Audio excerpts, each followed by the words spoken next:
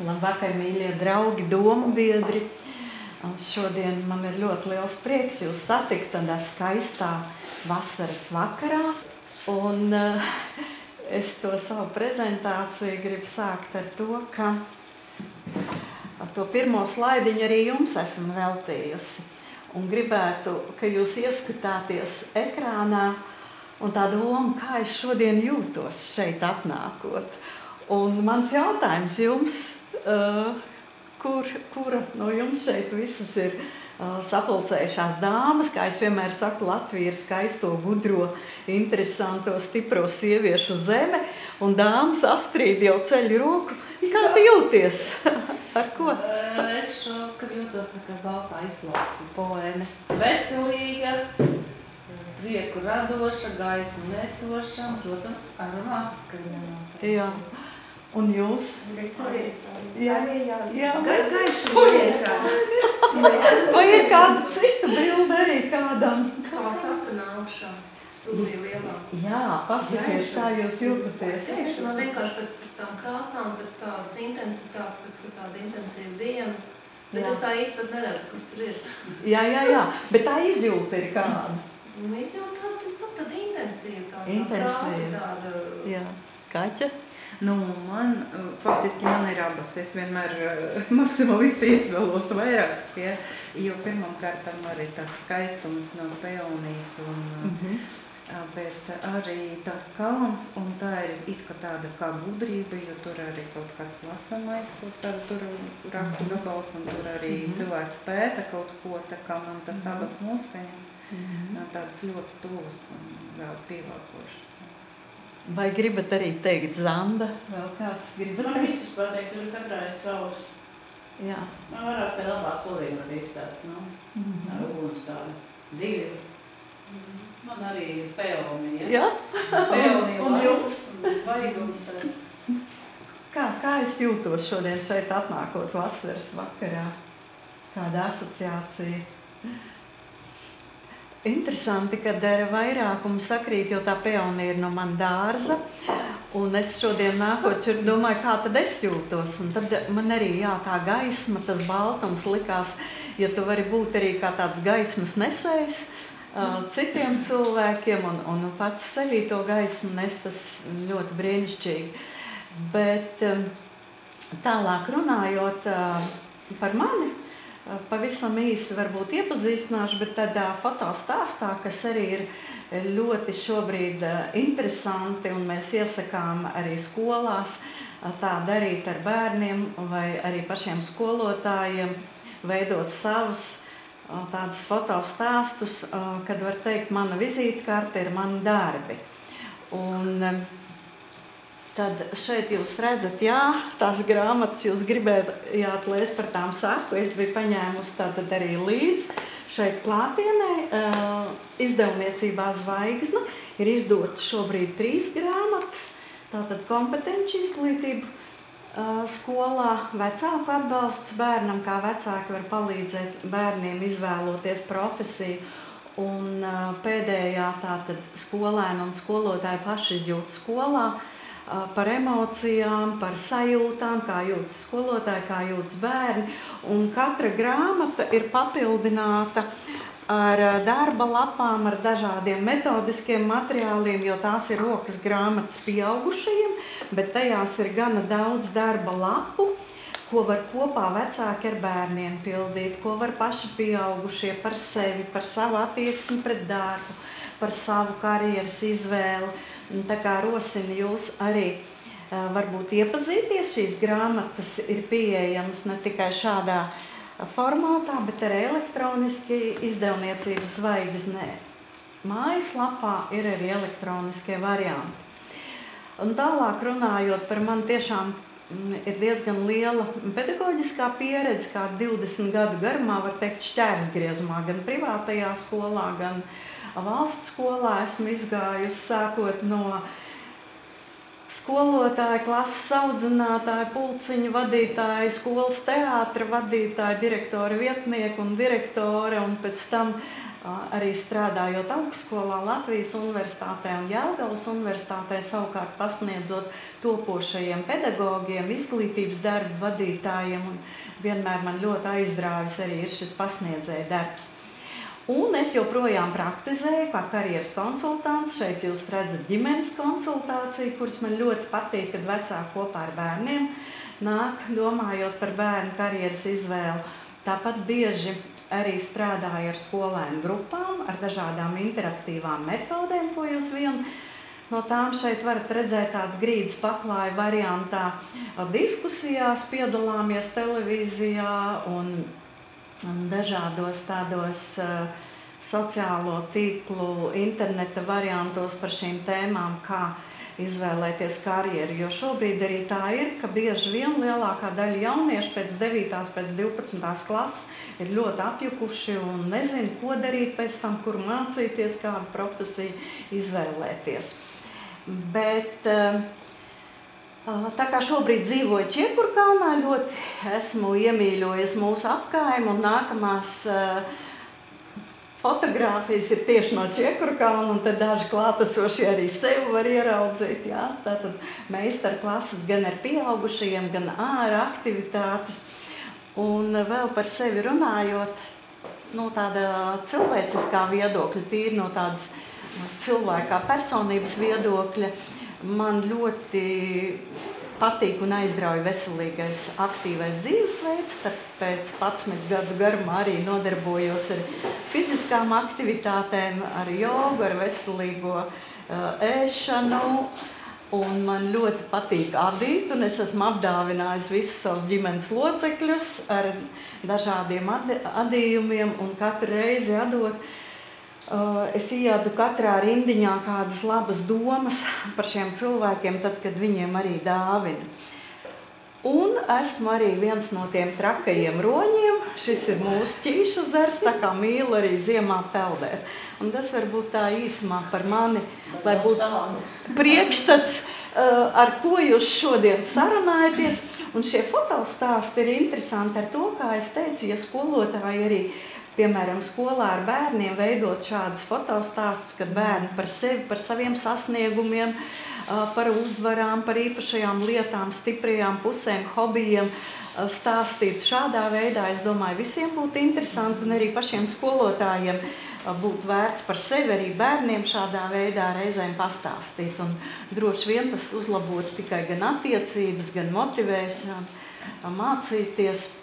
Tātad par to, ko mēs šodien runājam. Es balstos jau ļoti daudzus gadus Džona Holanda teorijā, kuru jūs šobrīd redzat ekrānā, un tas mērķis ir tajā, kā atklāt, ka katra personības tipa pārstāvis var būt pieprasīts šobrīd jau riskantajā darba tirgū, kad daudzas profesijas izzūd, bet Džona Holanda teorija sakņojas atzinumā un viņa atklājumos par to, par 6 cilvēku personības tipiem, ar domu, ka katrs personības tips ir piemērots noteiktām profesionālām nozarēm un noteiktām profesijām. Un šodien es sīkāk nerunāšu par šo, varbūt nākamajā reizē, kad mums būs nākamā tikšanās ar vecākiem, tad sīkāk par katru tipu es izstāstīšu, bet autora atklājums bija tāds liels atklājums pasaulē par to, ka ir ļoti daudz teoriju par psiholoģiskiem tipiem, ir 16 tipi, ir 8 tipi, pēc pasaulē ievērojamu zinātnieku atklājumiem, bet Holands runā tieši par to, ka cilvēks jau piedzimstot, atnākot šeit uz zemes, atnāk ar savu personības tipu, kas ir piemērots noteiktām profesijām. Un tad, kad tu zini to savu personības tipu, tad autors piedāvā noteiktu profesiju sarakstiņu, kurā tu vari būt ļoti veiksmīgs. Un arī mans ieteikums ir nevis lausties tajās durvīs, kas ir ciet vai dzelzbetona sienā, bet iet tajās durvīs, kas ir plaši atvērtas. Tas, kas ir piemērots tev pēc būtības, pēc tavu personības tipa. Lūk, un tad nākamos slaidus es esmu sagatavojis tādā veidā, kad runājot par profesijām, kuras būs pieprasītas, jūs varēsiet redzēt, kā katra personības tipa pārstāvji būs pieprasīti darba tirgu un neviens nepaliks bez darba. Un tātad viena no tādām lielām jomām, par ko šobrīd arī prognozē, tā ir psiholoģijas joma, un tie ir īpaši šobrīd ļoti aktuāli sociālo tīklu psihologi jau kā profesija, kas agrāk varbūt gadus 10 pat nebija, jo mums jāreikinās arī šobrīd. Ir rinda profesija, kur šobrīd vēl neeksistē, bet drīz jau tādas būs. Un šī ir viena no tām, kas kādu laiku atpakaļ vēl nebija, bet šobrīd jau ar vienu aktuālāk.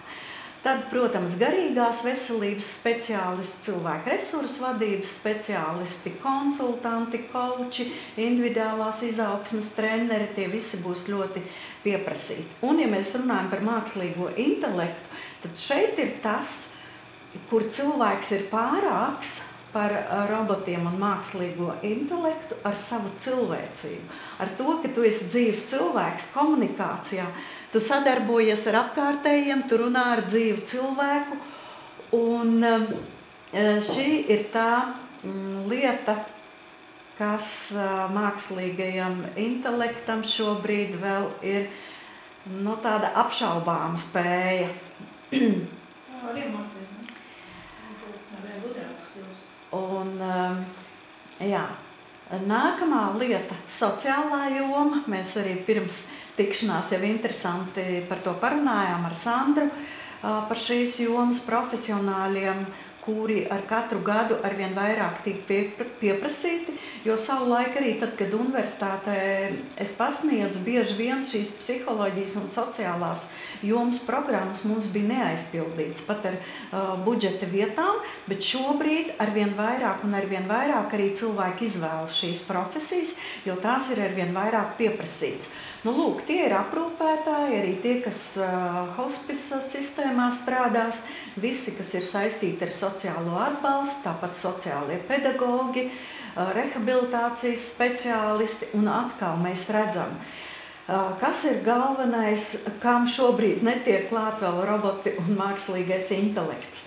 Tas ir cilvēcības nozīmīgums, tā ir iejušanās, empātija, emocionalitāte, jūtu izpausme, attiecības vienam ar otru, attieksmes, vērtībās balstītas attieksmes. Un tātad nākamajā slaidā arī tas ir balstīts zinātnieku pētījumos, īpaši man patīk doktore Māra Vidnere, kur runā par dvēseli kā augstāko cilvēku vērtību un to, ka garīgums ir cilvēka dzīves augstākais uzdevums, ka tās garīgās dzīves jēga ir mīlestība, bez nosacījuma mīlestība, bez nosacījumiem es mīlu tāpēc, ka, vai es nemīlu tāpēc, ka, jo tāda beznosacījuma mīlestība, kura arī ir nepieciešama jau iepriekš visās minētajās profesijās, tāda radīšana un pašradīšana. Un tas ir tas, ko es gribēju teikt, ka mākslīgais intelekts nespēj šobrīd vēl pašradīt un nespēj arī iedziļināties cilvēka dvēselē šajā te garīgumā. Par to es arī mazliet vēlāk runāšu par mākslīgā intelekta spēju, ko spēj, bet iesākumā es sāku ar to, ko nespēju. Nu, lūk, tāpat arī ar fizisko veselību saistītās profesijas, treneri, jogas meistari, veselīgā dzīvesveida speciālisti, visi būs ļoti pieprasīti, jo tur ir vajadzīga individuāla pieeja katram klientam, katram pacientam, katram cilvēkam, un šo te arī vislabāk varēs veikt dzīves cilvēks. Radošās jomas, visi mākslas veidi, sākot no aktieru mākslas, mūzikas, dejas mākslas, visos iespējamos veidos, kinomākslas un citiem veidiem, tie visi būs ļoti pieprasīti tādā ziņā, ka tas, ko radīs cilvēks, būs noteikti daudz vērtīgāks, daudz dārgāks, salīdzinoši ar to, ko var radīt tehnoloģijas. Žurnālistika, tai skaitā, kā mākslas veids, un, protams, viss individuālais roku darbs un mājražošana, par to, ko mēs runājām šeit pirms nodarbības par brīnišķīgo mūsu gada tirgu, kas reizi gadā notiek Berģu kalnā, un arī par visiem mājražotāju tirdziņiem regulāri Rīgā, Latvijā, ka šie individuālie roku darbi reizēm pat, manuprāt, nav pilnībā novērtēti, jo to, ko mēs redzam mājražotāju tirdziņos, piemēram, Kaunciem tirgu, ka ārzemnieki ārkārtīgi novērtē un izpērk šo te individuālo roku darbu, vēl sakot, ka mūsu cenas viņiem liekas ārkārtīgi demokrātiskas, kā Skandināvu valstīs, un citur pasaulē šis individuālais roku darbs ir ļoti dārgs, vairākas reizes dārgāks.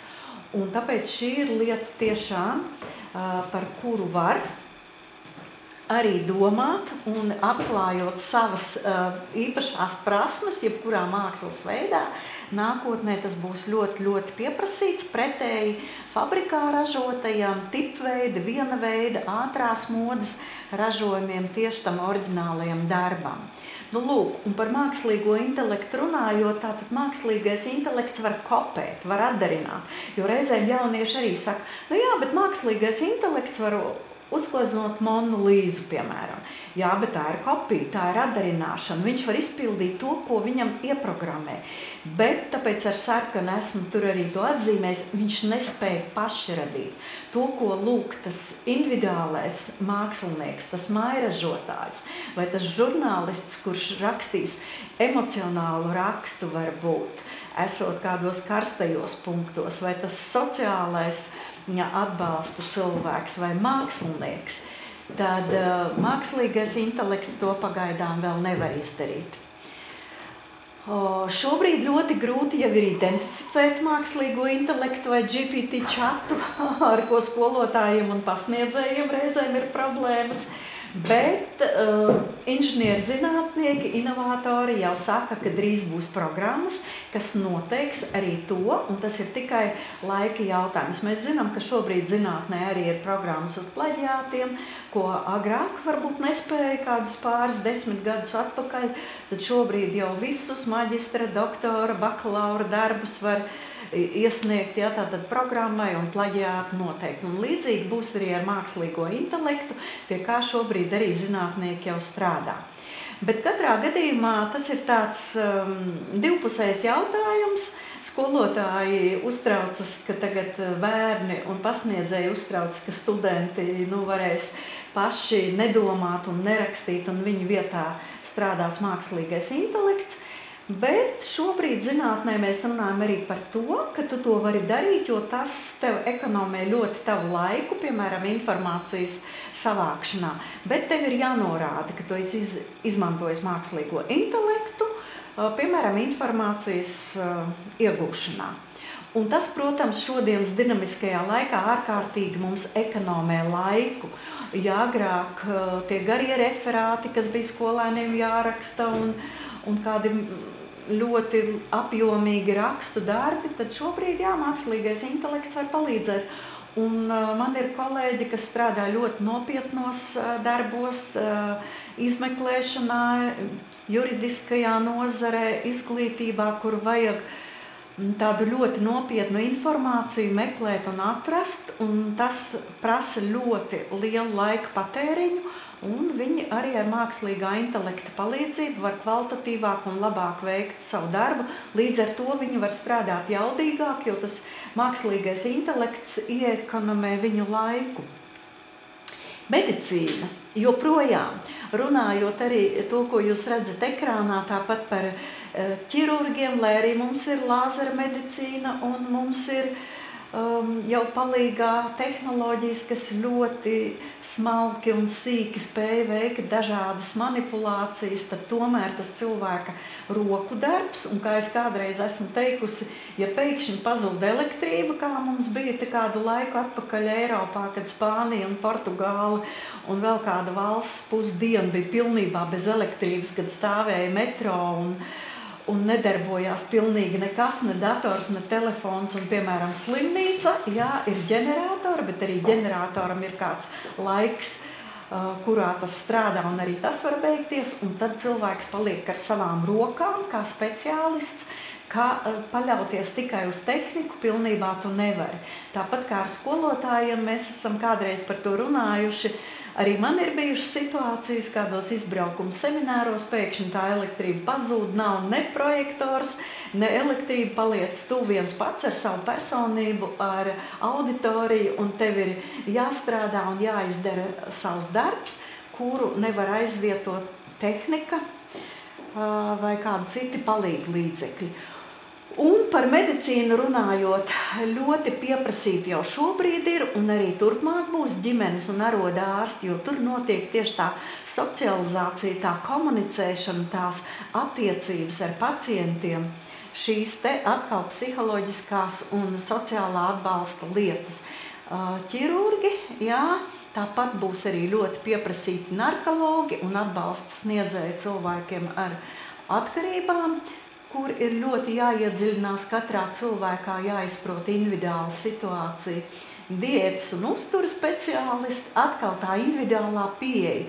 Arī tas, par ko runā mūsu valsts izglītības sistēma. Mums ir strateģiskajos dokumentos visur ierakstīts individuāla pieeja skolēnam, diferencēta mācīšana. Un to var izdarīt tikai cilvēks, izprotot otru cilvēku. Ka tieši šim individuāli es piemēroju atbilstošu pieeju, vai tieši ar šo cilvēku strādāju tādā veidā. Un šie visi redzamie speciālisti arī tādā veidā parasti darbojas. Jo tur ir nepieciešama nestandarta domāšana, nestandarta risinājumi, individuāla pieeja, individuāla saruna, saskatīšana, identificēšana, cēloņa ieraudzīšana. Psihiatrija, kā viena no medicīnas nozarēm, jau šobrīd ir ļoti noslogota, diemžēl stress un tehnoloģija attīstība diezgan daudz cilvēkus ved arī šajā virzienā, ka neiztur garīgi, un tad šī arī ir viena no ļoti pieprasītām nozarēm, kurai palīgā nāk cilvēku uzvedības pētnieki, eksperti, tajā skaitā mākslas terapeiti, kuri brīnišķīgi arī psihiatrijas klīnikās strādā ar pacientiem, un mākslas terapeiti, protams, arī sociālajā un psiholoģijas atbalsta jomā brīnišķīgi var palīdzēt cilvēkiem. Atkal mēs redzam nestandarta risinājumu, iedziļināšanās cilvēka dvēselē, tā cēloņu saskatīšana un izprašana, kāpēc cilvēks ir nonācis šādā krīzē, šādā situācijā.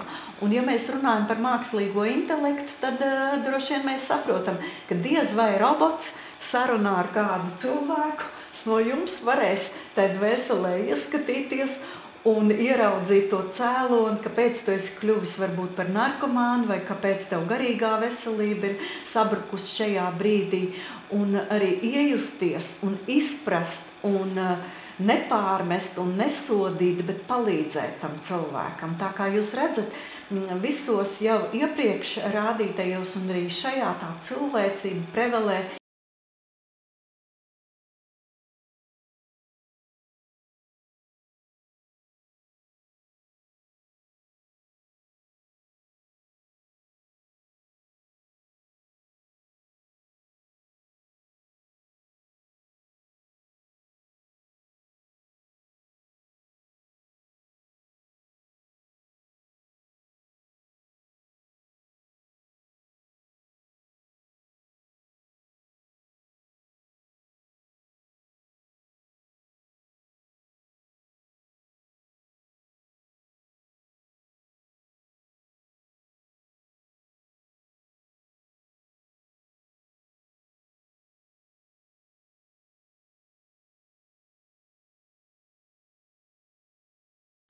Izglītība. Skolotāji pasniedzēja mazās lielās auditorijās, galvenokārt klātienē visvairāk arī būs pieprasīti. Jūs redziet, cik sabiedrība bija, kā to definēt un pateikt, satriekta vai saskumusi Covid laikā, ja, kad visi pārgāja attālinātajās mācībās. Protams, visi ļoti ātri iemācījās rīkoties ar tehnoloģijām, un Covid laikam tādā ziņā tas bija ļoti liels pluss, bet tā socializēšanās un atkal to, ko tas robots nevar, ja robots tātad programmēšanas rezultātā Zoomā, tur varam ielikt digitālo tāfeli, varam ielikt asociāciju kartes, varam strādāt ar jautājumiem, varam ieiet pat grupu auditorijās maziņās.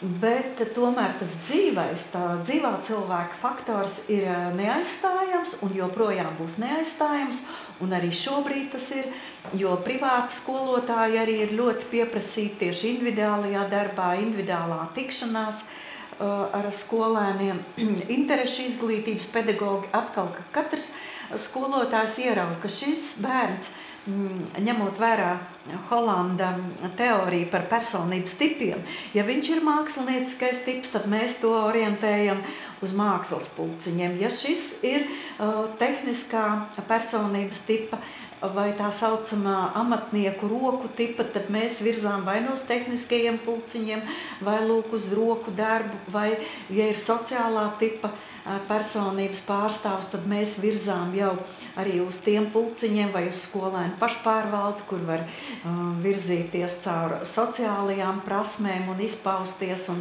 pasākumu organizēšanu un uzstāšanos. Un brīnišķīgi, ja visu to skolā arī varētu ievērot un saprast, ka katrs bērns ir noteikta personības tipa pārstāvis un viņam ir piemērots noteiktas aktivitātes, noteiktas spējas, prasmes un zināšanas, kuras viņš var viegli apgūt, pateicoties savam personības tipam. Un tādēļ šī te lieta, ka skolās nereti tā kā to vidējo atzīmi grib, lai tā kā būtu visiem bērniem pēc iespējas augstāka vidējā atzīme un visus tā kā pielīdzināt, un nereti arī tie konkursi stājoties ģimnāzijās un vēl kādās prestižās skolās notiek, kad lineāli paliek liecībā zem noteiktu balvu skaita un skatās, kāds ir tas vidējais, bet īstenībā būtu jāskatās pilnīgi savādāk, ja mēs redzam, ka sociālajā blokā ir augsts sasniegumi, vai redzam, ka, piemēram, mākslas blokā ir augsts sasniegumi, vai šajā STEM, jeb egzakto zinātni, tad mēs arī to pusi stiprinām un arī šajā programmā virzām. Un mēs ļoti daudz to esam redzējuši ārvalstu komandējumos pie saviem kolēģiem, kur viņi tā arī dara, ka viņi saka, jā, visus priekšmetus tu vari apgūt standarta līmenī, bet tas, kas tev padodas, uz to mēs liekam uzsvaru, to mēs īpaši attīstām, un arī tajā virzienā mēs to skolēnu tad virzām un pieliekam visus spēkus un spējas no pedagoģiskā personāla puses, lai to viņam aktivizētu. Un tieši tajā jomā viņš būtu spēcīgs profesionāls. Lūk, izglītībā arī atbalsta personāls, tajā skaitā logopēds, sociālie pedagogi, karjeras konsultanti. Mana mamma savu laiku nostrādāja ļoti ilgu mūžu skolā 50 gadus kā logopēda defektoloģa. Viņai bija ļoti laba izglītība, kas arī bija pamatota gan medicīniskajās zināšanās. Un es atceros, kā viņa logopēdijā strādāja ar katru bērnu individuāli, pētot tos cēloņus, pētot anamnēzi jau no bērna piedzimšanas brīža, kad reizēm es sekoju līdzi, kā viņa intervēja vecākus, kādas jums bija dzemdības, kā bērns dzima, kāpēc ir kādas noteiktas lietas vai kādas aizturas vai kādi defekti vai kādas īpašas vajadzības tajā skaitā gan ar runāšanu, gan ar rakstīšanu.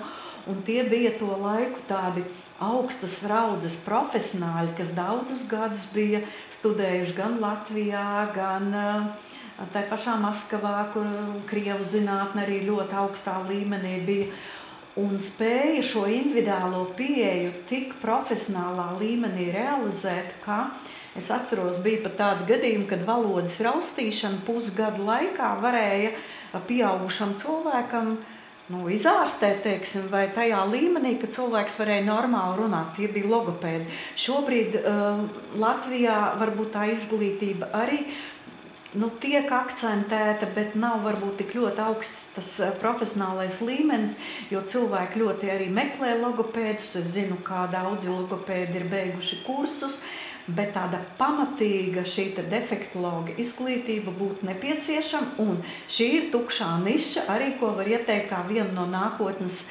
profesijām. Ja tev rūp cilvēki, ja tev rūp atbalsts viņiem un sniegt palīdzību, lai uzlabotu viņu dzīves kvalitāti, runāšanā, rakstīšanā, socializēšanās, komunicēšanā, tad šie te atbalsta personāla cilvēki arī ir viena no galvenajiem. Tā kā šajā profesijā arī ir lielas izredzes. Lūk, atkal es pieminu to pašu individuālā pieeja. Improvizēšanas spēja, bieži vien skolotājs, varbūt arī kā aktieris, viens no mākslas pārstāvjiem, jo, piemēram, strādājot vienam individuāli ar cilvēku, tā ir viena lieta, bet ieejot klasē, kurā ir 30 cilvēki, un tev ir jāspēj improvizēt, tu saproti, šodien klase ir tādā garstāvoklī, un man droši vien ir jāstrādā šādā veidā. Un tad tu saproti, ka puse klases ir tādās sajūtās, puse tādās, un viens dara kaut ko vienu, otrs kaut ko otru, un tev ir jāspēj tas darbs tādā veidā optimizēt un tādā veidā veikt, lai tas rezultāts tiešām būtu un lai tas būtu interesanti, bet no savas pedagoģiskās pieredzes es esmu konstatējis tādu lietu. Ja stunda ir ļoti interesanta un ja tu to dari no sirds, esi gatavojies, tas ir tavs sirds darbs, tad nekad nav bijusi problēmas par disciplīnu, nekad. Ja tu to dari no sirds ar ļoti lielu interesi. Un tie nestandarti risinājumi, kas var būt, un pēkšņi, ja tu stundas vidū saproti, ka ir jāmaina taktika, varbūt bērni noguruši, vai varbūt kaut kas jādara savādāk, jāieinteresē, vai mēs ejam pēkšņi ārā pagalmā, un tur mēs turpinām to tēmu skatīt un pētīt dabā, un jebkurā mācību priekšmetā tas ir iespējams. Un tāpēc skolotājam no vienas puses arī ir jābūt ļoti radošam, principā arī mākslinieciskā personības tipa pārstāvim. Un arī psihologam, arī tā iedziļināšanās dvēselē, es teiktu, ka skolotāja profesija ir viena no vissarežģītākajām profesijām. Mēs ar ārstiem kādreiz par to esam runājuši, kad ārsti saka, mēs ārstējam ķermeni, bet jūs ārstējat dvēseli un personību un cilvēku. Un es būtu ļoti laimīga, ja lielākā daļa mūsu skolotāji izvēloties šo profesiju, arī to saprastu kā īpaši tādu misiju un sirds darbu. Skaistumu kopšana, ķermeņa kopšana, estētikas meistari, cilvēku tēlu veidotāji, masieri, frizieri un šī te nozares pārstāvi, un es pieliku mazliet ar smaidu tādu savu komentāru, ka diez vai mēs dāmas vēlētos, ka mūs masētu vai, piemēram, kosmetologs ar seju darbotos, ka tas būtu robots. Ja, droši vien, kad gribētu, lai tas būtu dzīves cilvēks, kurš sajūt tevi. Un interesanti var jau būt, ka jūs arī esat izjutuši, ejot pie kāda uz masāžu vai varbūt uz kādu sejas procedūru. Man pašai tā ir bijis, kad tu sajūti tā masiera rokas, tajā brīdī tu jūti, ka viņš jūt tavu ķermeni, ka viņš ar pirkstiem jūt tavu ķermeni. Vai tas sejas meistars ar pirkstiem maigi tev pieskaroties jūt tavu seju, tavus muskuļus, tavu ādu. Un tāpēc man bija šī doma, ka mākslīgais intelekts kopā ar robotu varbūt kaut kad ļoti, ļoti tālā nākotnē, bet diez vai cilvēki vēlēsies, ka viņus kop šie tehniskie risinājumi. Zinātne un inženierija, protams, jā, un tur tā tad arī redzam, ka izgudrojumi, inovācijas, kosmosa izpēte, alternatīvais transports gaisā, zem ūdens un tam līdzīgi. Mēs jau šobrīd redzam dokumentāls filmas, kas agrāk mums likās kā komēdija, kad mēs skatījāmies, atcerieties, bija filma Fantomas, ja, kad viņš tur brauca, tad pacēla spārnus un kā lidmašīna pacēlās gaisā un tad zem ūdens. Bet šobrīd jau es arī esmu redzējis dokumentālās filmas, zinātnieku veidotās, jā, kur autobuss tātad pārvietojas jau ierobežojumam, kur ir ūdens klājiens viņu priekšā un dažādos veidos arī gaisā. Un tātad viss, kas ir saistīts ar inovācijām un izgudrojumiem, būs ļoti pieprasīts, tā kā šie STEM priekšmeti, uz ko šobrīd arī mūsu valstī tiek likts liels akcents, jeb egzaktās zinātnes arī būs topā joprojām. Urbānā dārzniecība, lauksaimniecība, gan vertikālā uz sienām, uz jumtiem, ar labiem rezultātiem pilsētas laukumos, ļoti apdzīvotās pilsētās. Mēs savā Čiekurkalna apkaimē arī to redzam, jā, kā veido cilvēki dārzus, gan mūsu bibliotekas dārzā, gan skvēros, gan iesaistās talkās, gan mazus dārziņus. Tepat redzam uz Meža parku un Čiekurkalna robežas, kur ir dārziņu rajons, ar kādu entuziasmu cilvēki tajā iesaistās. Un runājot par profesijām, vienmēr būs ļoti vērtēti arī šie profesionāļi kā konsultanti, kā mums Čiekurkalnā Daiga ar Jāni, arī mūs visus konsultē, gan WhatsAppā, gan bieži ierakst, arī man pašai ir audio ziņas sūtījuši un stāstījuši. Un šie cilvēki būs arī ļoti pieprasīti, jo tas cilvēciskais ir tajā, kad visi grib to zaļumu, to skaistumu, to klusumu reizēm savā pagalmā un aiz sava loga ziedus un kokus un uz sava jumta, uz sava balkona un terases. Un šobrīd tas ir arī ļoti blīvi apdzīvotajās valstīs, ļoti populāri Ķīnā, miljārdu iedzīvotāju valstīs. Un arī joprojām tam ir tikai vislielākā perspektīva. Protams, klimata izmaiņu speciālisti arī būs ļoti pieprasīti, lai varētu pielāgot šīs klimata izmaiņas. Urbānai dārzniecībai, bioinženieri un zaļās profesijas ļoti daudz arī mēs esam braukuši un mācījušies no saviem kolēģiem. Mums ir arī interesantas spēles. Es no Vācijas esmu atvedusi tādu galda spēli par zaļajām profesijām. Noteikti mēs to arī kādā no mūsu tikšanās reizēm varēsim izmēģināt kopā ar jauniešiem un arī ar pieaugušajiem par pieprasītajām zaļajām profesijām šobrīd pasaulē un nākotnē. Protams, šie pat domāju, kā iztulkot to digitālu nomads.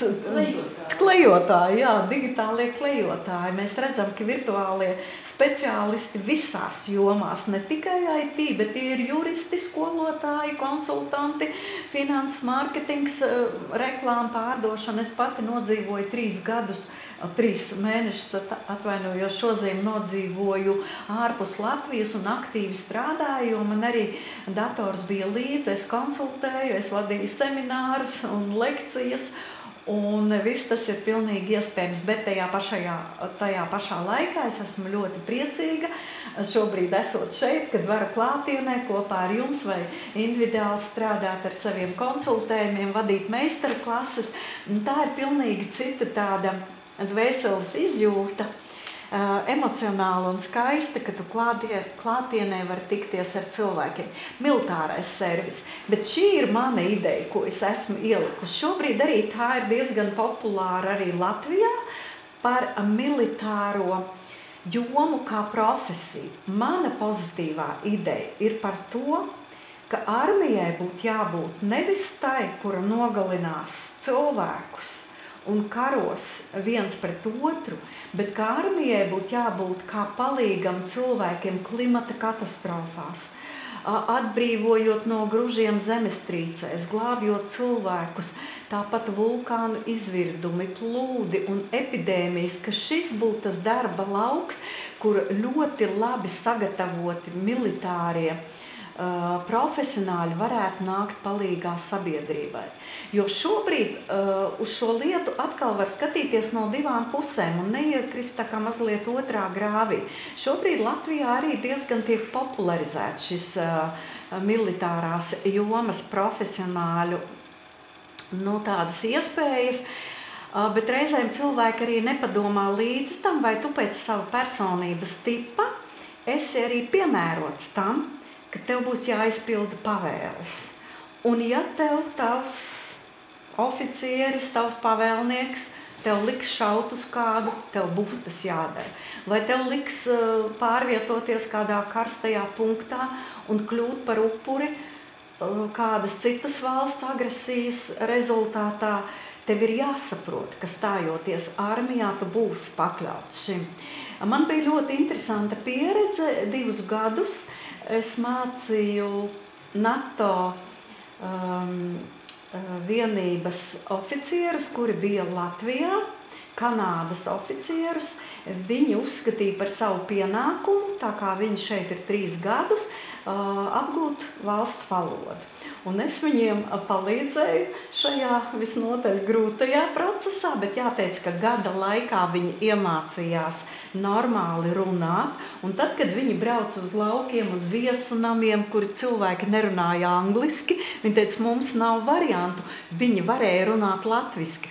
Un tad viņi man tādas pateicības vārdus sacīja ar to, tu zini, mēs iegājām veikalā un tas pārdevējs domāja, ka mēs esam latvieši, tur no Latgales ar akcentu vai kā, jo mēs varējām visu pajautāt, mēs varējām pakonsultēties.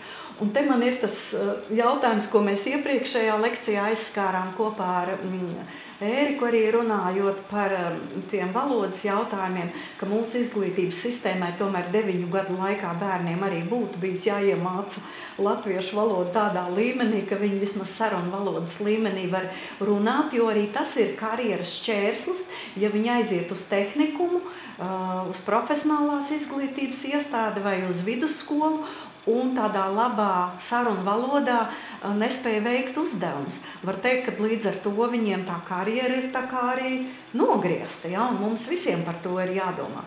Bet atgriežoties par militāro servisu, tātad man ir bijusi arī saskare ar ģimenēm, kur tiešām arī paši ir tā kā atbalstījuši jauniešu iestāšanos militārajā šajā te jomā un nokļuvuši karstajos punktos, un diemžēl arī tas ir beidzies ļoti traģiski.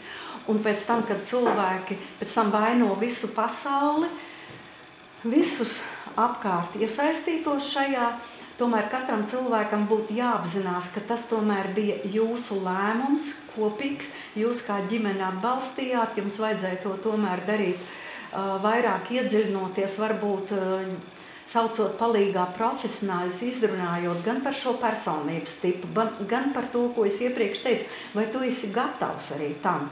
Nu, un saprast, ka tev jāiet būt. Mēs jau šobrīd redzam dokumentāls filmas, kas agrāk mums likās kā komēdija, kad mēs skatījāmies, atcerieties, bija filma Fantomas, ja, kad viņš tur brauca, tad pacēla spārnus un kā lidmašīna pacēlās gaisā un tad zem ūdens. Bet šobrīd jau es arī esmu redzējis dokumentālās filmas, zinātnieku veidotās, jā, kur autobuss tātad pārvietojas jau ierobežojumam, kur ir ūdens klājiens viņu priekšā un dažādos veidos, arī gaisā. Un tātad viss, kas ir saistīts ar inovācijām un izgudrojumiem, būs ļoti pieprasīts, tā kā šie STEM priekšmeti, uz ko šobrīd arī mūsu valstī tiek likts liels akcents, jeb eksaktās zinātnes arī būs topā joprojām. Urbānā dārzniecība, lauksaimniecība, gan vertikālā uz sienām, uz jumtiem, ar labiem rezultātiem pilsētas laukumos, ļoti apdzīvotās pilsētās. Mēs savā Čiekurkalna apkaimē arī to redzam, ja, kā veido cilvēki dārzus, gan mūsu bibliotekas dārzā, gan skvēros, gan iesaistās talkās, gan mazus dārziņus. Tepat redzam uz Meža parku un Čiekurkalna robežas, kur ir dārziņu rajons, ar kādu entuziasmu cilvēki tajā iesaistās. Un runājot par profesijām, vienmēr būs ļoti vērtēti arī šie profesionāļi kā konsultanti. Kā mums Čiekurkalnā Daiga ar Jāni arī mūs visus konsultē, gan WhatsAppā, gan bieži ieraksta, arī man pašai ir audio ziņas sūtījuši un stāstījuši.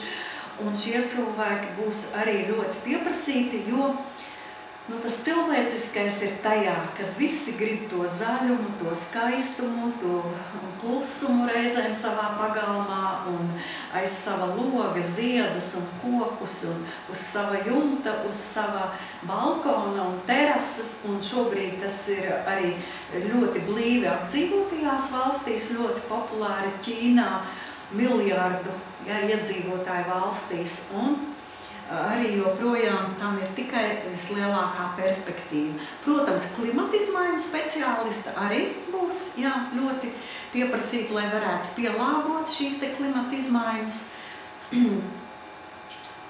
Urbānai dārzniecībai, bioinženieriem un zaļās profesijas ļoti daudz arī mēs esam braukuši un mācījušies no saviem kolēģiem. Mums ir arī interesantas spēles. Es no Vācijas esmu atvedusi tādu galda spēli par zaļajām profesijām. Noteikti mēs to arī kādā no mūsu tikšanās reizēm varēsim izmēģināt kopā ar jauniešiem un arī ar pieaugušajiem par pieprasītajām zaļajām profesijām šobrīd pasaulē un nākotnē. Nu, protams, šie te, pat domāju, kā iztulkot to digitālu nomads. Klejotāji, jā, digitālie klejotāji. Mēs redzam, ka virtuālie speciālisti visās jomās, ne tikai IT, bet tie ir juristi, skolotāji, konsultanti, finanses, mārketings, reklāma, pārdošana. Es pati nodzīvoju 3 mēnešus, atvainojos, šoziem nodzīvoju ārpus Latvijas un aktīvi strādāju, un man arī dators bija līdzi, es konsultēju, es vadīju seminārus un lekcijas, un viss tas ir pilnīgi iespējams, bet tajā pašā laikā es esmu ļoti priecīga, šobrīd esot šeit, kad varu klātienē kopā ar jums vai individuāli strādāt ar saviem konsultējumiem, vadīt meistaru klases, un tā ir pilnīgi cita tāda dvēseles izjūta, emocionāla un skaista, ka tu klātienē var tikties ar cilvēkiem. Militārais servis. Bet šī ir mana ideja, ko es esmu ielikusi. Šobrīd arī tā ir diezgan populāra arī Latvijā par militāro jomu kā profesiju. Mana pozitīvā ideja ir par to, ka armijai būtu jābūt nevis tai, kura nogalinās cilvēkus un karos viens pret otru, bet kā armijai būtu jābūt kā palīgam cilvēkiem klimata katastrofās, atbrīvojot no gružiem zemestrīcēs, glābjot cilvēkus, tāpat vulkānu izvirdumi, plūdi un epidēmijas, ka šis būtu tas darba lauks, kur ļoti labi sagatavoti militārie profesionāļi varētu nākt palīgā sabiedrībai. Jo šobrīd uz šo lietu atkal var skatīties no divām pusēm un neiekrist tā kā mazliet otrā grāvī. Šobrīd Latvijā arī diezgan tiek popularizēts šis militārās jomas profesionāļu tādas iespējas, bet reizēm cilvēki arī nepadomā līdzi tam, vai tu pēc savu personības tipa esi arī piemērots tam, ka tev būs jāizpilda pavēles. Un ja tev tavs oficieris, tavs pavēlnieks, tev liks šaut uz kādu, tev būs tas jādara. Vai tev liks pārvietoties kādā karstajā punktā un kļūt par upuri kādas citas valsts agresijas rezultātā, tev ir jāsaprot, ka stājoties armijā, tu būsi pakļauts šim. Man bija ļoti interesanta pieredze, 2 gadus. Es mācīju NATO vienības oficierus, kuri bija Latvijā, Kanādas oficierus. Viņi uzskatīja par savu pienākumu, tā kā viņi šeit ir 3 gadus, apgūt valsts valodu. Un es viņiem palīdzēju šajā visnotaļ grūtajā procesā, bet jāteic, ka gada laikā viņi iemācījās normāli runāt. Un tad, kad viņi brauc uz laukiem, uz viesunamiem, kuri cilvēki nerunāja angliski, viņi teica, mums nav variantu, viņi varēja runāt latviski. Un tad viņi man tādas pateicības vārdus sacīja, ar to tu zini, mēs iegājām veikalā un tas pārdevējs domāja, ka mēs esam latvieši, tur no Latgales ar akcentu vai kā, jo mēs varējām visu pajautāt, mēs varējām pakonsultēties. Un te man ir tas jautājums, ko mēs iepriekšējā lekcijā aizskārām kopā ar Ēriku arī runājot par tiem valodas jautājumiem, ka mūsu izglītības sistēmai tomēr 9 gadu laikā bērniem arī būtu bijis jāiemāca latviešu valodu tādā līmenī, ka viņi vismaz sarunu valodas līmenī var runāt, jo arī tas ir karjeras šķērslis, ja viņi aiziet uz tehnikumu, uz profesionālās izglītības iestādi vai uz vidusskolu, un tādā labā sarunu valodā nespēja veikt uzdevumus. Var teikt, ka līdz ar to viņiem tā karjera ir tā kā arī nogriezta, ja? Un mums visiem par to ir jādomā. Bet atgriežoties par militāro servisu, tātad man ir bijusi arī saskare ar ģimenēm, kur tiešām arī paši ir tā kā atbalstījuši jauniešu iestāšanos militārajā šajā te jomā un nokļuvuši karstajos punktos, un diemžēl arī tas ir beidzies ļoti traģiski. Un pēc tam, kad cilvēki vaino visu pasauli, visus apkārt iesaistītos šajā, tomēr katram cilvēkam būtu jāapzinās, ka tas tomēr bija jūsu lēmums, kopīgs, jūs kā ģimene atbalstījāt, jums vajadzēja to tomēr darīt vairāk iedziļinoties, varbūt saucot palīgā profesionāļus, izrunājot gan par šo personības tipu, gan par to, ko es iepriekš teicu, vai tu esi gatavs arī tam. Un saprast, ka tev jāiet bojā varbūt. Un runājot par šiem Kanādas oficieriem, kāpēc es to pieminēju, arī viņi man teica tādus vārdus. Mēs to 2 gadu laikā kļuvām kā tādi ļoti labi draugi, jo viņi ļoti draudzīgi un ļoti sirsnīgi, bet viņi sacīja, ka tev ir jāsaprot, ka mūsu profesija ir tāda, ja man liks kaut ko pret tevi darīt, augstākais virsnieks, man tas būs jādara. Kara apstākļos. Jā, noteiktos apstākļos, krīzes apstākļos, es par to runāju, bet par to ir arī jāsaprot, ka mēs jau redzam, ka dzīve apkārt nav visu laiku tikai laimes sala un saulaina. Un tāpēc par to nopietni ir jādomā arī.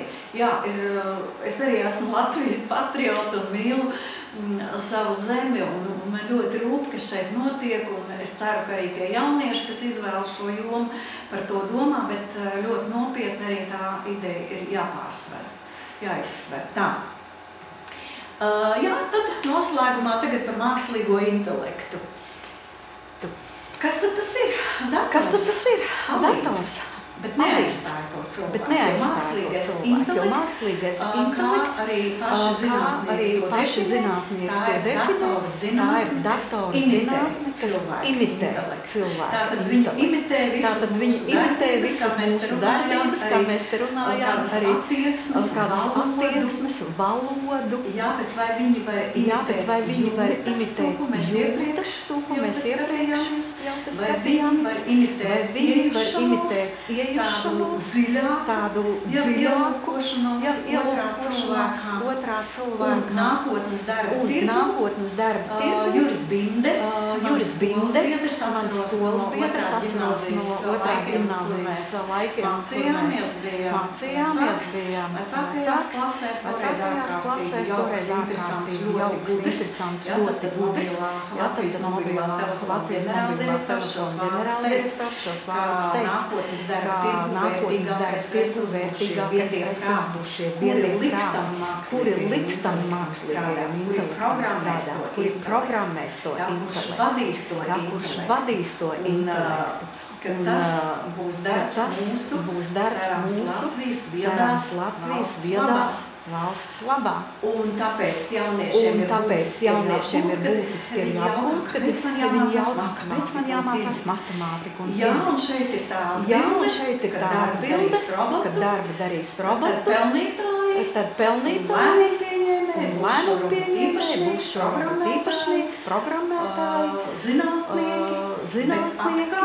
Gribu atgriezties pie tā, nav teikts, ka visiem jauniešiem tagad ir jākļūst par fizistiem, kosmosa pētniekiem, robotu inženieriem un tā tālāk.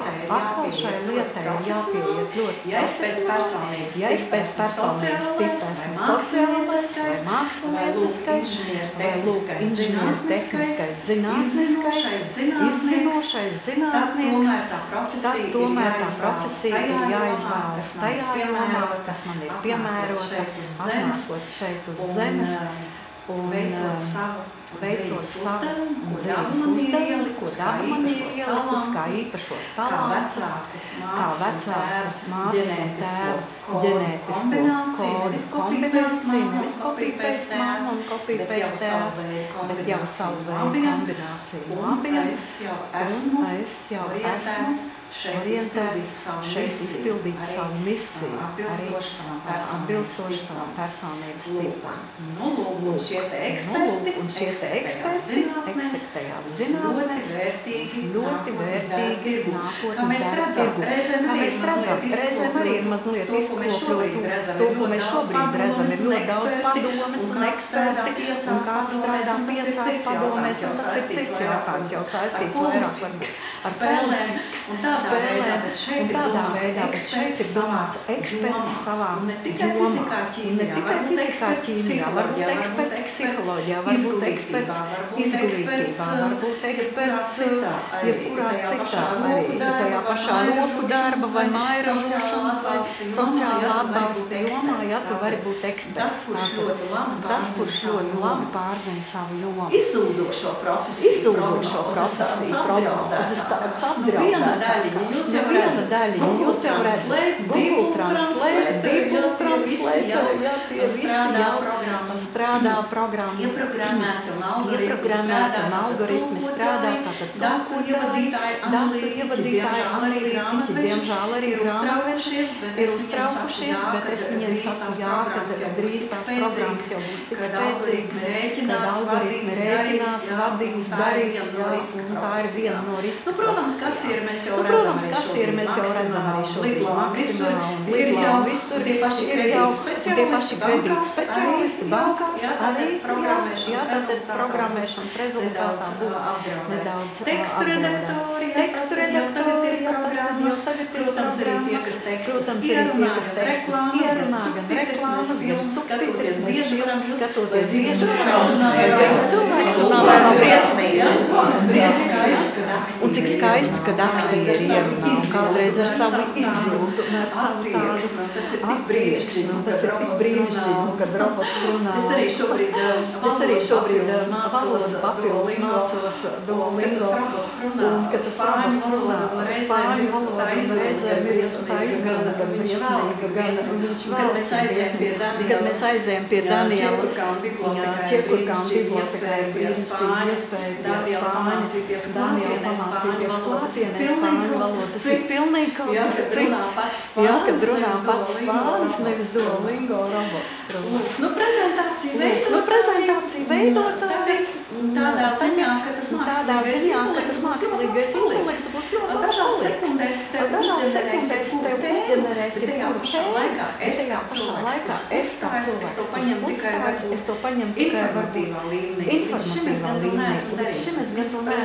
Es pati veidoju, bet es zinu studentus, kolēģis, kuri to dara, jo man pašai patīk izdomāt savu prezentāciju, kā tādu radošo darbu. Bet principā, kad es savu disertāciju rakstīju, tas būtu viss iespējams, es noteikti to darītu, jo man ļoti daudz aizņēma darbs internetā, meklēt, lasīt, informāciju, iegūt. Tas jau gadus 15 atpakaļ bija, un šis nebija tik aktuāls, protams, būtu izmantot. Jā, bet tādas prezentācijas arī bērni var skolā informatīvi daudz izmantot. Jā, visi asistenti, visdažādākajiem profesionāļiem. Es gan domāju par to interesanti, kā tad ir skolotāji asistenti. Vai varētu būt, ja tie roboti būs tik skaisti izveidoti, piemēram, līdzīgi cilvēkam. Bet es tos asistentus arī sociālajiem darbiniekiem vairāk redzu tādā veidā tehniski, ka viņš var padot tev ūdeni padzerties, viņš var bērnam varbūt uz grāmatas nolikt uz galvas. Un tāds tehnisks lietas. Viņš nevar varbūt to, ko skolotājas var izdarīt. Viņš var varbūt kādam ar speciālām vajadzībām bērnam palīdzēt piecelties, viņu pārvadāt ratiņkrēslā uz ēdnīcu aizvest vai kā citādi, tāds tehnisks. Šie asistenti, tāpat arī medicīnā, kad kādus instrumentus padot un tā tālāk, bet nedrīkst būt klūk. Lūk, tad ražošanas strādnieki, arī dokumentālās filmas esmu skatījusies tieši par šo, ka tais liftu šahtā esmu arī ierakstījusi ļoti bīstamās vietās, cilvēku ir bīstami, ļoti dziļi, kādās ekstrēmās, kur var būt gan nogruvumi, gan dažādi citi riski, tad robots veids dažādas montēšanas darbus, tādas sarežģītas lietas. Šādā veidā. Pasniegt un preču piegādātāji. Arī drīz vairs mēs jau redzam, ir ļoti daudz. Tādā veidā, bet arī tie, kas brauc mājās, arī tur šeit būs konkurence. Kā lūdzu? Jā, arī es esmu redzējis arī vācu dokumentālās filmas, kur arī tas ir rādīts, gan mašīna, brauc bez šofera, ja tad ir ieprogrammēta, nav vispār šofera mašīna, pati bremzē, ar sensoriem jau jūtot, ka kāds tuvojas, tāpat arī šie te pasta piegādātāji, jā, varbūt, ka tev piebrauc pie mājas, tu nonāk tajā, līdzīgi mēs aizējam uz Omnivu, bet tikpat labi tev pie mājas jau var piebraukt. Tehniskā veidā. Tas ir laiki. Šobrīd mēs redzam, ka tehnoloģijas attīstās mega ātri. Gadus atpakaļ nebija iedomājums tas, un šobrīd jau ir kaut kādas lietas, ko jau var izdarīt. Interesanti skatījos ļoti tādu interviju ar Ditu Rietu, arī, kur es ļoti cienu. Kā kinokritiķi. Viņi komentē, ka kinokritiķis ir viena no riska profesijām, ka internetā visi tagad ir gudri komentēt, analizēt filmas, par visu runāt, bet vienalga Ditai mazliet nepiekrīt, jo tā kā viņa runā, mēs visi esam redzējuši ar tādu ieinteresētību, par savu skatījumu, bet, protams, internetā katram ir savs skatījums, un to atkal visu var apkopot, pētnieks var apkopot to, ko cilvēki domā, redz vai saskata, tie viedokļi ir dažādi, arī ļoti normāli, bet tāda kinokritiķi jau specializācija. Rietum to uzskata par tādu risku. Jā, šeit arī es ieliku vienu interneta vietni, kurā var paskatīties sīkāk jau aprakstu veidā, arī kur sīkāk ir aprakstīts par to, kas šeit ir teikts. Un arī papētīt par tām izzūdošajām profesijām. Ko mēs varam darīt? Mēs varam atklāt savus iekšējos resursus, savu bagātību, savu personības tipu, un tas var būt par pamatu jaunu lietu veikšanai, jaunajos apstākļos. Un tā ir sevis izzināšana, tas ir tas, ar ko mēs nodarbojamies ļoti daudz meistarklasēs, semināros, individuālajā konsultēšanā. Nekad nav par vēlu. Šeit dāmas ienākot jau jautāja, kādā vecumā var iet pie karjeras konsultanta, un ko tad es, man jau tikai mans bērns var iet, man jau vairs tā kā ne.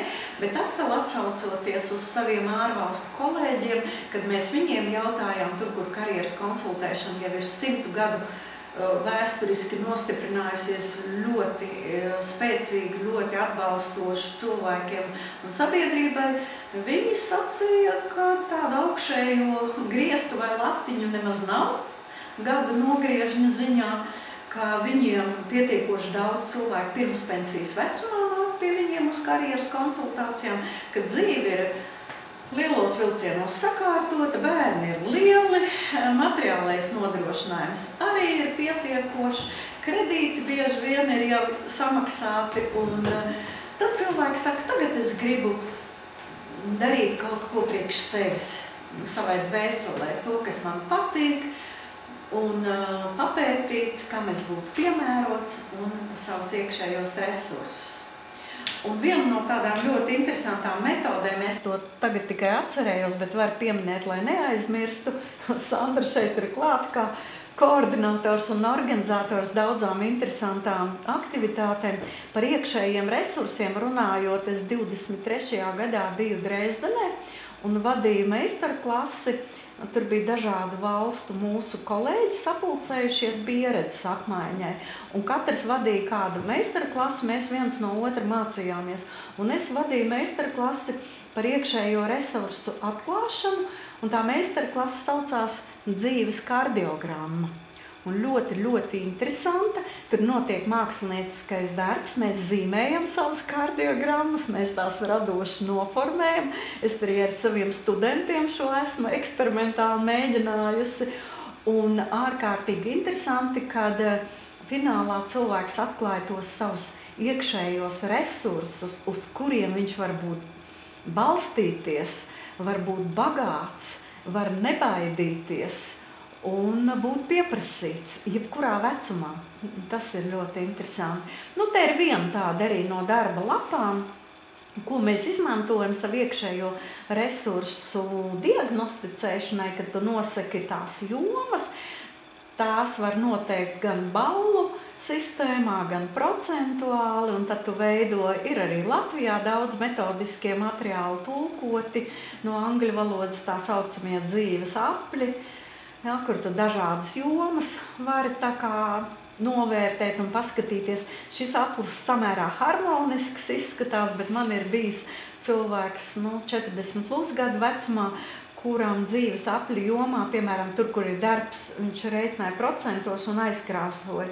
Bija laikam 98 vai cik procenti personīgajā laukā. 0, var teikt, gandrīz bija tikai tur, kur ģimene, jo tur bija mamma, un par kuru rūpējas, un ir labas attiecības, bet tas dzīves aplis bija ļoti disharmonisks. Un šādos apļos mēs varam ieraudzīt to sektoru, kurā ir vismazāk, uz ko man jāstrādā. Un šeit mēs redzam, te ir mēģināts vērtēt tātad gan savas spējas, gan savas prasmes, attieksmes, tātad kompetences un aktivitātes un skaidrību par mērķiem un alternatīvām. Un tāds jau mazliet sarežģīts, bet kopā ar konsultantu var ļoti labi to veikt, bet tie dzīves apļi, tie ir tādi vienkāršāki, tos var gan ar bērniem, gan ar jauniešiem, skolotājiem, pieaugušiem arī kādreiz tādas pazīmēt un to dzīves harmoniju ieraudzīt.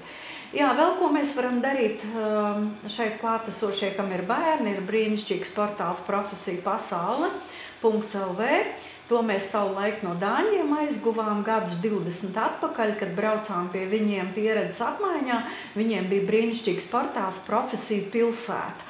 Un tur, kad tu iegāji portālā, piemēram, bija slimnīca. Tu uzklikšķini un tev atveras tā slimnīca, visas profesijas, kas ir tajā slimnīcā. Un par katru profesiju tur ir apraksts. Un līdzīgi Latvijā arī strādā brīnišķīga komanda pie Valsts izglītības attīstības aģentūras un veido arvien jaunas profesijas šajā portālā ievietojot. Tur ir darba vietu apraksti, profesiju apraksti, fotogalerijas, video intervijas ar profesionāļiem. Pats galvenais pie katras profesijas ir arī izglītības iespējas, ko tu vari gan pēc 9., pēc 12. augstskolā, pēc bakalaura, maģistras, doktors līdz augstākajam līmenim, kur tu konkrēti, piemēram, aviācijas jomā, ko šobrīd redzam ekrānā, kā tu to vari apgūt un kā virzīties pa karjeras kāpnēm. Brīnišķīgs resurs.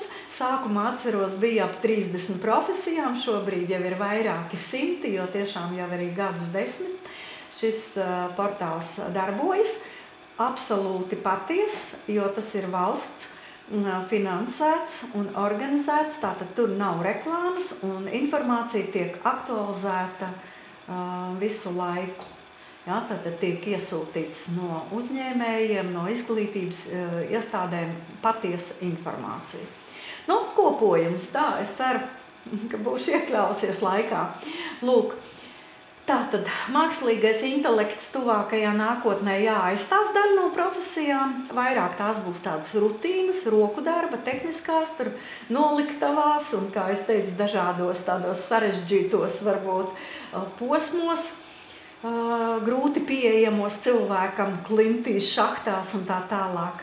Savukārt daļa profesionālo prasmju, kā mēs redzam, būs ļoti grūti vai pat neiespējami aizstāt. Tā būs sociālā joma, radošā, inovatīvā joma, viss, kas saistīts ar cilvēcisko, to būs ļoti grūti mākslīgajam intelektam aizstāt, jo viņam nepiemīt pašradīšanas spēja. Viņš var tikai kopēt un izpildīt programmas šobrīd.